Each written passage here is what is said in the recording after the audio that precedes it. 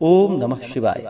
जय श्री राधे कृष्ण। आइए सुनते हैं गुरु प्रदोष व्रत की कथा। जब भी प्रदोष का व्रत गुरुवार के दिन पड़ता है तो इसे गुरु प्रदोष या गुरुवार त्रयोदशी के नाम से जाना जाता है। प्रदोष के व्रत में भगवान शिव का जो कि विशेष प्रकार से प्रदोष काल के समय में पूजन किया जाता है।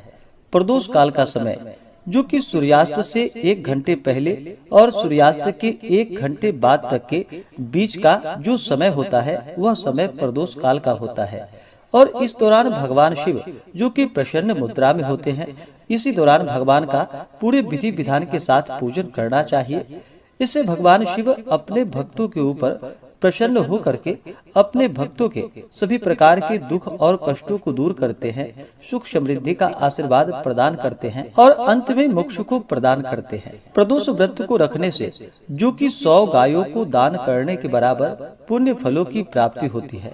प्रदोष व्रत के दिन जो कि दिन भर उपवास रहते हुए भगवान शिव का सुबह के समय में और विशेष प्रकार से प्रदोष काल के समय में पूरे विधि विधान के साथ पंचोपचार या खोटोपचार पूजन विधि के द्वारा पूजन करना चाहिए।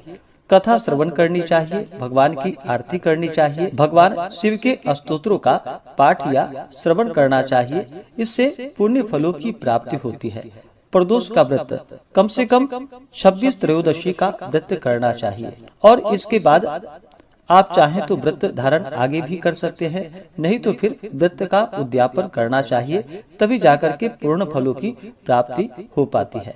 तो आइए सुनते हैं गुरु प्रदोष व्रत की कथा। तो बोलिए प्रेम से भगवान भोलेनाथ की जय, माता पार्वती की जय, सर्व देवी देवता की जय। हे भगवान भोलेनाथ, आप करोड़ों चंद्रमा के समान कांतिवान त्रिनेत्रधारी, मस्तक पे चंद्रमा का आभूषण धारण करने वाले, पिंगल वर्ण के जटाजूटधारी, नीले कंठ तथा अनेक रुद्राक्ष मालाओं से सुशोभित वरदहस्त त्रिशूलधारी भगवान शिव जी हमारे सभी मनोरथों को पूर्ण करे। गुरुवार त्रयोदशी प्रदोष व्रत कथा के अनुसार एक बार देवराज इंद्र और वृतासुर में घनघोर युद्ध हुआ।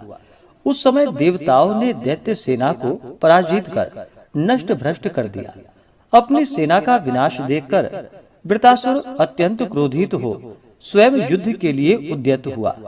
मायावी असुर ने आसुरी माया से भयंकर विकराल रूप धारण किया। इसके स्वरूप को देखकर इंद्रादिक सब देवताओं ने इंद्र के परामर्श से परम गुरु बृहस्पति का आवाहन किया और गुरु बृहस्पति तत्काल आकर कहने लगे कि हे देवेंद्र, अब तुम वृतासुर की कथा ध्यान मग्न होकर सुनो।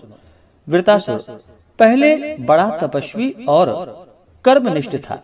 इसने गंधर्व पर्वत पर उग्र तप करके भगवान शिव जी को प्रसन्न किया था। पूर्व समय में यह चित्ररथ नाम का राजा था। तुम्हारे समीपस्थ जो सुरम्य वन है वह इसी का राज्य था।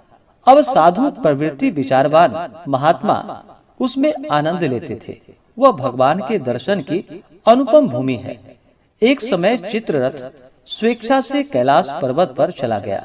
भगवान का स्वरूप और वाम अंग में जगदम्बा को विराजमान देख चित्ररथ हंस पड़ा और हाथ जोड़कर भगवान शिव जी से बोला कि हे भगवान शिव, हे शिव शंकर, हे प्रभु, हम माया मोहित हों विषयों में फंसे रहने के कारण स्त्रियों के वशीभूत रहते हैं, किंतु देवलोक में ऐसी दृष्टि गोचर नहीं हुआ कि स्त्री का आलिंगन कर कोई सभा में बैठे।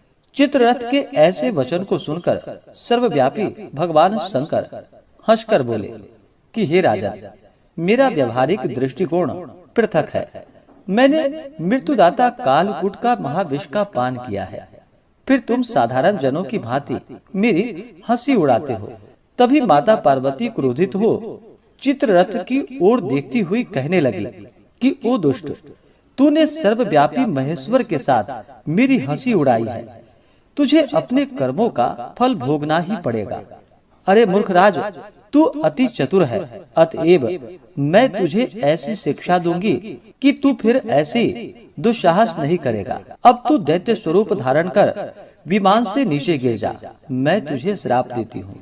जब माता पार्वती जगदम्बा भवानी ने चित्ररथ को श्राप दे दिया तो वह तत्क्षण विमान से नीचे गिर पड़ा, राक्षस योनि को प्राप्त हो गया और प्रख्यात महासुर नाम का प्रसिद्ध हुआ।